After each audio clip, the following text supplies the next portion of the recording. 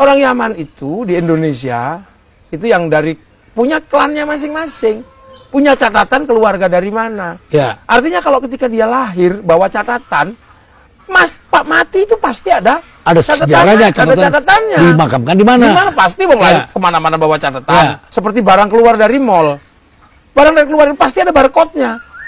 Mau sekecil apapun bentuknya, karena memang barang keluar dari mall itu ada barcode-nya. Ketika keluar pasti ada barcode-nya. Makanya kalau keluar kok tidak ada barcode-nya, mau dibilang pasti bukan dari mall. Bukan original. Bukan original. Buatan orang. Buatan orang. Nah kan salahnya di situ. Habib itu lahir aja sudah dicatat. Tukang catatnya namanya Robito. Semenjak dia datang ke sini pasti ada catatannya. Begitu dia mati pasti ada catatannya.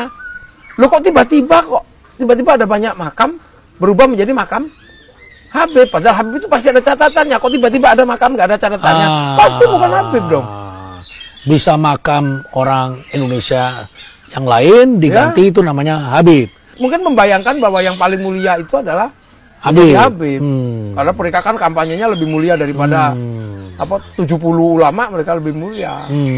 Jadi di balik itu semua sebenarnya ada kesalahan yang fatal. Ya. Jadi menisbatkan kepada Habib, sementara Habib ini adalah semenjak lahir ada catatannya.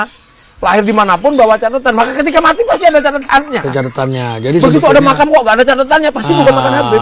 Maka itu harus ada satu mekanisme, jangan sampai masyarakat juga tertipu, karena disitulah masyarakat yang berdoa ternyata bukan di situ tempatnya. Ya, antara lain itu ya salah satunya. Nah tiba-tiba baru kemudian ternyata setelah ditelusuri ada problem ekonomi, ada problem apa itu kan? Fakta lanjutan gitu kan? Ya, ada problem yang agak sedikit tendensius, aspek-aspek semacam ideologi. Mungkin ada. Ya, tapi kan kita nggak bisa kemudian menjustifikasi ideologi.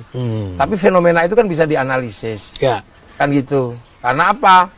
Karena tiba-tiba ada yang mengatakan bahwa yang memerdekakan Indonesia ini Habib, yang menentukan 17 Agustus, Habib, yang menentukan yang bikin merah putih, Habib.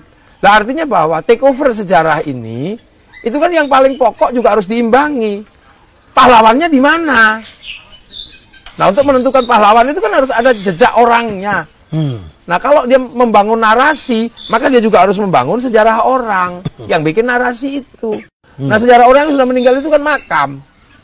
Jadi social engineering-nya kan juga harus paralel.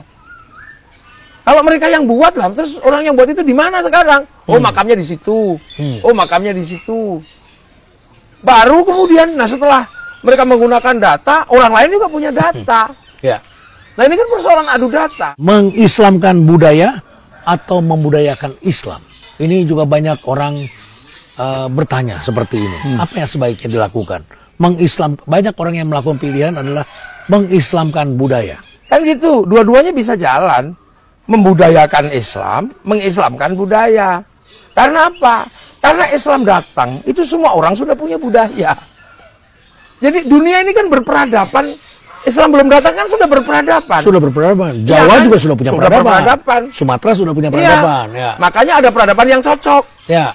Nah, peradaban yang cocok itu namanya inkulturasi, asimilasi. Ya. Yang nggak cocok namanya sinkretik. Itu yang nggak cocok. Ya. Jadi ketika Islam itu datang pasti ketemu dengan budaya yang sudah ada. Ketemu wayang.